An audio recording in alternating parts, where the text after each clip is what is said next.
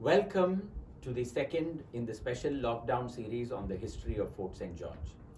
Yesterday, we looked at the history of the Flagstaff, one of the tallest in the country. And today, we look at the history of two objects, the cupola which stands right at the entrance of the fort and the statue to Lord Cornwallis that once stood under the cupola. Today, these two are separated by 30 feet. The cupola standing, as I said, just near the assembly buildings, and the statue standing inside the Fort Museum. Now, why are they separated and what happened to them is what we are going to see in today's episode. Now, as soon as you enter the fort, after you have signed your name in the attendance register and you have been duly frisked, and then you've climbed over the moat and then you enter, the first thing you see is this particular cupola made of Pallavaram granite. Now, this was supposed to be the place where Cornwallis' statue was supposed to be standing, and that is the statue, as you can see, in the Fort Museum today. Why are they separated? Let's take a look. This is how they looked originally, cupola standing on the western and the opposite side of the fort with the statue of Cornwallis under it. Now, in the 17th century, the British were terrified of just one man, that was Chhatrapati Shivaji Maharaj. In the 18th century, the two people whom they were most afraid of were Hyder Ali and his son Tipu Sultan. Between them, father and son had come all the way up to Mount Road in the 1780s and laid siege to Fort St. George. And the British were so terrified that they would come back that they never ventured outside Fort St. George. They never built a house for themselves anywhere in the city till the two of them were finally disposed of. Hyder Ali died of natural consequences, but Tipu Sultan had to be dealt with by two people, the first of whom was Lord Cornwallis. Cornwallis was a military general in the British Army, and he had not had a great history when he came to India as Governor General. In 1781, in the American War of Independence, there you see him, he surrendered to George Washington in a place called Yorktown, and that really marks the end of the struggle for America to become the United States. Now, what happens when you suffer a defeat somewhere? You then go out and look for a smaller victim over whom you can establish victory and therefore assuage your feelings. So this is exactly what Cornwallis did. Having come down to India, he decided that Tipu Sultan had to be defeated. From Calcutta, he comes to Madras in 1792 and begins the siege of Srirangapatna, or Seringapatam as the British called it. Tipu Sultan was defeated, and 6 crores of war damages were imposed upon him. This was later reduced to 3.3 crores. And his sons were brought as hostages to Madras so that they would be kept here till Tipu Sultan paid the war damages.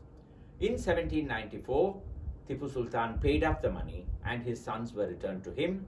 Cornwallis was by the time back in Calcutta, and in 1795 he resigned as Governor General and went back to England. The British in India were so grateful to him for having defeated Tipu Sultan that they decided that he needed a monument. And the British public of Madras collected money and sent it to England, where they commissioned Thomas Banks, a sculptor, to make a magnificent statue for Lord Cornwallis. The statue arrived in Madras in April 1800. You must remember, at that time, we did not have a harbour. All ships stopped 2 miles in the sea, and the marble statue was then lifted off the ship, lowered onto a raft, and then rowed ashore. It held the record at that time for being the single largest and heaviest object ever to be shipped to Madras city. And a public holiday was declared so that people could go and see the statue being offloaded and brought onto shore. On 12th May 1800, the statue was erected under the specially made cupola on the western face of the fort. And on the base of the statue, you had on one side a frieze of Tipu Sultan's sons being taken as hostage, and on the other side, you had a long message from the public of Madras expressing thanks to Cornwallis for all that he had done. The statue stood on the western face, facing the parade square. This was in 1800. In 1805, Cornwallis comes back to India, having decided that he would become Governor General for a second time. And this time he arrives by ship and is welcomed in Madras first before he goes to Calcutta. He is welcomed by a ceremonial parade. The parade happens in front of his statue. So he stands in front of his statue, salutes his statue, salutes the army, gives a speech, and then sails to Calcutta. Everybody is very happy. But the next year, Cornwallis is dead. He dies of something called Bengal liver and dies in a place called Ghazipur, which is today in Uttar Pradesh. The British in India decide that this statue and this cupola is not enough for him.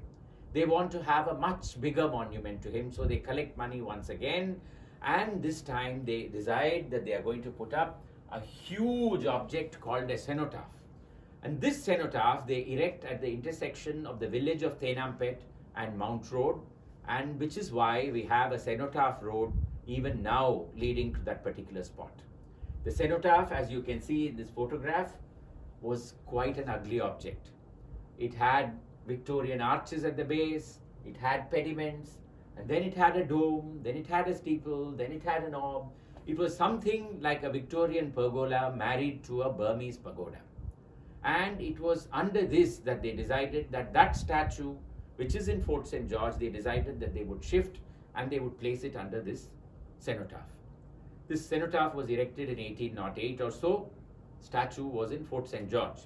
For 100 years, they did nothing. You can almost imagine bureaucrats waking up every year on January 1st and saying, this year we must shift Cornwallis and move him to that cenotaph. But they never did it.